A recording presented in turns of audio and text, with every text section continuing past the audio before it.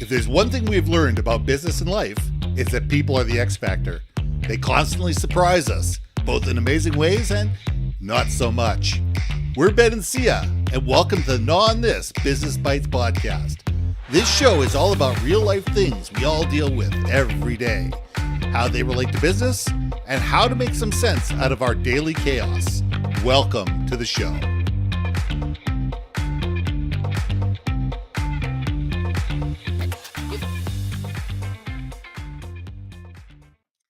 And welcome back to another episode of Gnaw on This Business Bites. So, problems. We all have them. We all have things every single day that either make us scratch our head or tear our hair out. You know, the problems are either ours or the people that we work with. And sometimes they become ours, even if they shouldn't be. Now, my question to you is, when you have a problem and you need to tackle it, you need to fix it, do you take the easy part first? Or do you do the hardest part first? And different people will say that different ways are better. And I'm not sure there's one that's better than the other. And this is what we're going to gnaw on today. But for me, I take it and look and say, you know what? If we don't get to the crux of the problem, if we don't sit there and say, what are the key issues that are going to make this thing blow up, and figure out how to fix those problems first, very rarely do the other things fall in line. But if we tackle the easy stuff and negate the hardest stuff, guess what? You've probably missed a lot of the crux of the problem, and therefore you're not going to create a solution that's going to create something that's viable in the long term. But that's my viewpoint.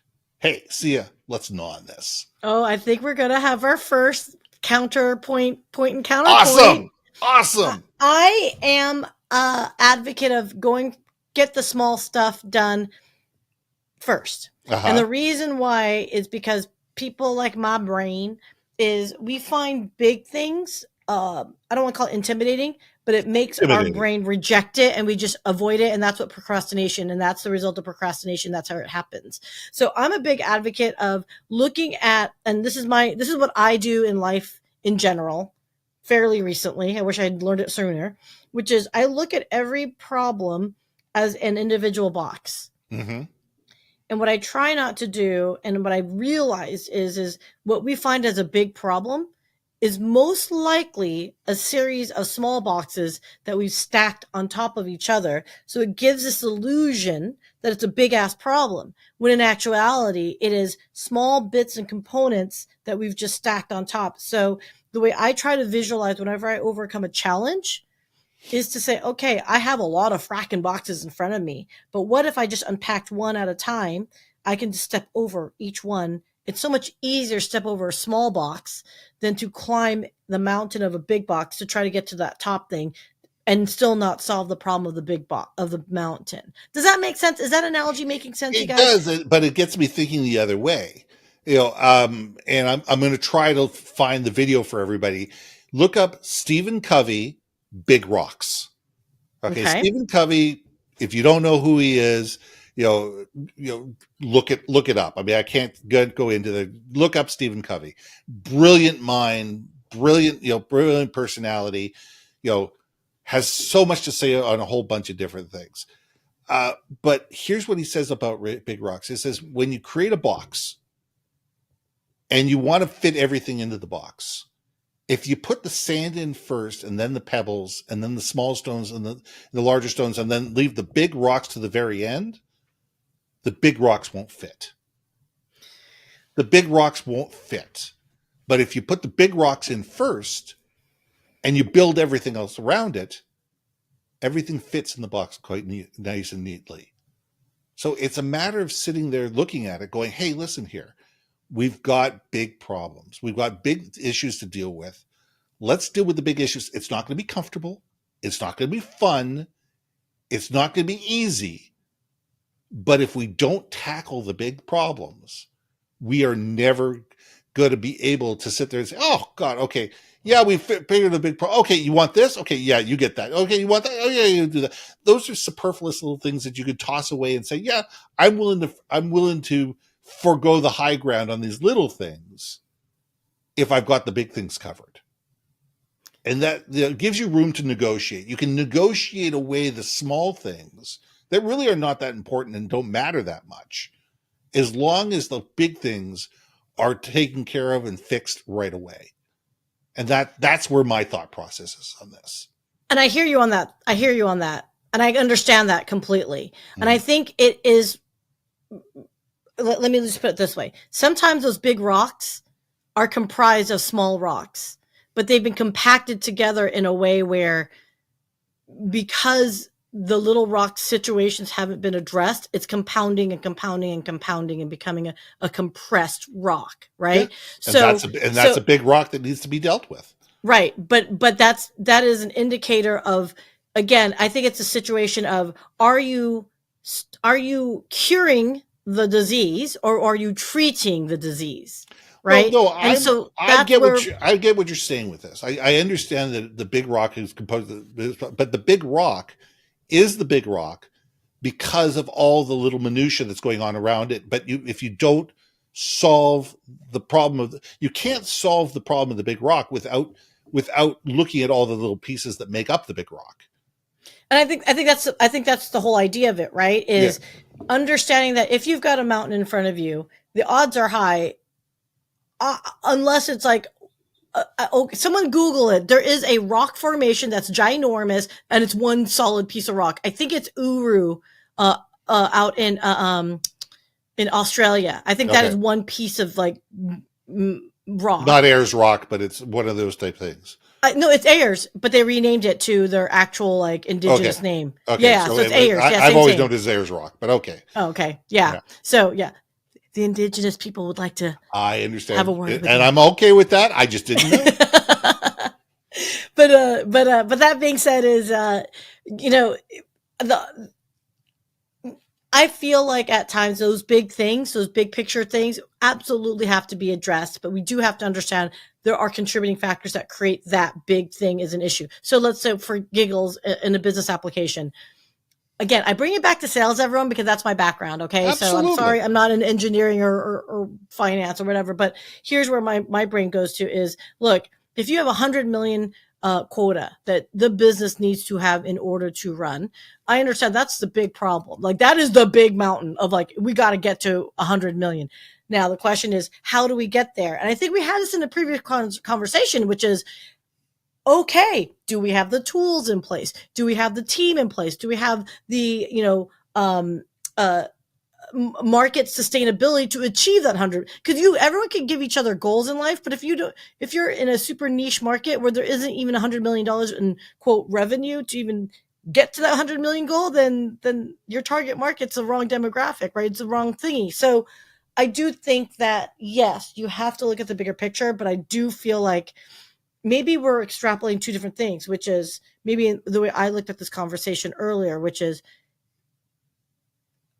when you're doing your daily tasks as an employee or as a leader or as a business owner, yes, I have to hit $100 million for my business. I get that, right?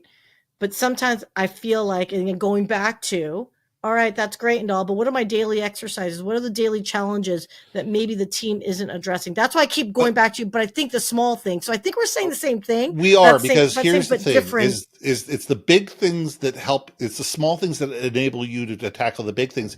I'm talking about the minutia stuff.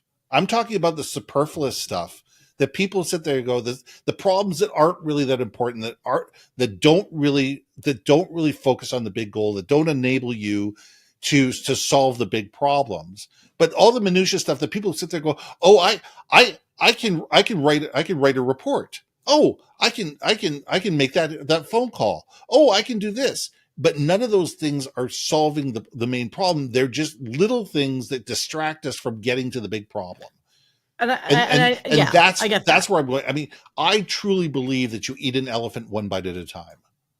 You have a big elephant, you have to eat it one bite at a time. You can't attack the whole thing as one big thing and just start taking bites out of the stomach, because it's just not going to work. You need to sit there and attack that elephant and attack that problem by attacking the small pieces that build up to being able to make that elephant palatable.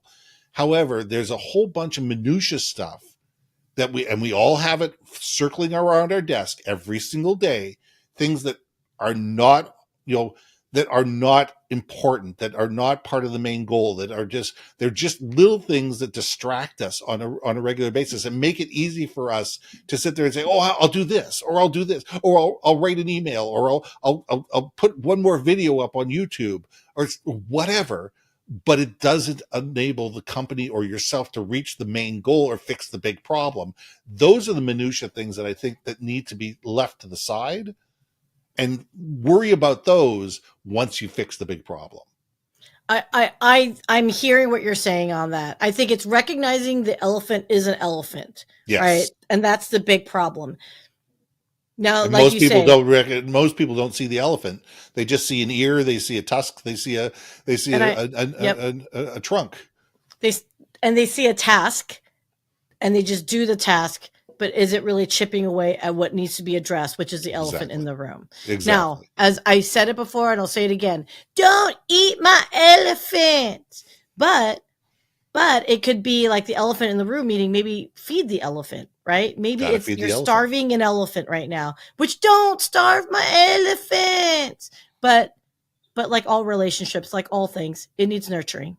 Yes. And it also needs that reprioritization of even the small little things. Okay, maybe it is that posting on social media will achieve a certain goal. Understand, though, that there has to be logic behind it, right? There's got to be, like, you're not posting on social media just for giggles. You know what I'm saying? But if it's part of the campaign, the tools that's going to effectively bring visibility to your brand or your company, then it is those small component. It is still a critical component, right? Those are fixing the big problem. But like one bite at a time. It's not like you spinning around in circles and like, okay. Ooh, I'm gonna throw this out there. Okay, go for it. I'm catching. You throw, I'll catch. No, I think it's gonna be a separate topic. But you're right. Okay, I'm bringing it back to social media because it's relevant to our interests, right? Because that's what we do and all that good stuff. But which is, these little tasks need to be working towards that end goal. It isn't just for the sake of doing it.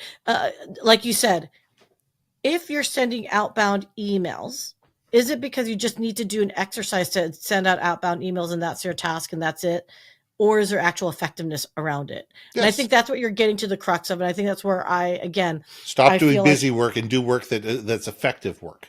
Right. And I think everything, like we said, there's nothing all black and white with our statements with each other. Like I said, for me, if I know my little bits of boxes are contributing to that big box and I know it's chipping away, don't eat the elephant, but you know what I'm saying, addressing that elephant, then that's what I'm kind of going after. And I get what you're saying is, but be careful of the fact that these boxes that you put in place, are there boxes that are actually part of that mountain, or is it part of like another valley that you're just making crap up and it's ineffective and you're never addressing that? Is it mountain. Stuff that should just go in the garage and mark it up for 20 years and then go, oh right, I forgot about this, okay, just throw it away?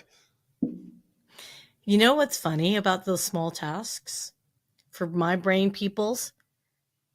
Be aware, you guys. Yes, you have to address things and you chip away at it. But remember, whatever gives you that dopamine hit, and which is why it makes you do these other smaller tasks instead of the bigger tasks, understand you can still get that same dopamine hit if you understand that these tasks that you're doing does take that big task down a notch as you keep going. Because the more I read up about like me, like I go down rabbit holes all the time because you get the dopamine hit. You get the fixation of, oh, I'm doing a job well done.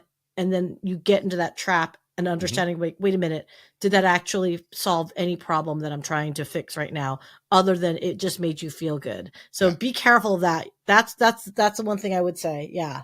Okay. So let's leave it there. I think that's a good place to leave it, is that beware the dopamine hit. Do the small things that fix the big problem. But address the big problem. Address the big problem. You need to focus on the big problem. And realize that there's lots of minutia out there that may make us feel better, but it doesn't move the needle. So I'm Ben. And I'm Syya. And we'll see you soon. Hey. Thanks for listening to another episode of Not on This, Business Bites. If you liked what you heard, we most humbly ask that you like, share, and hit that subscribe button. And if you want to communicate more effectively within your organization, contact Ben at yourbrandmarketing.com or me at brilliantbeammedia.com. We can help you build your community, brand awareness, and personality through digital content and podcasting. We cannot wait to hear from you. So see you next week for another episode of Not on This, Business Bites.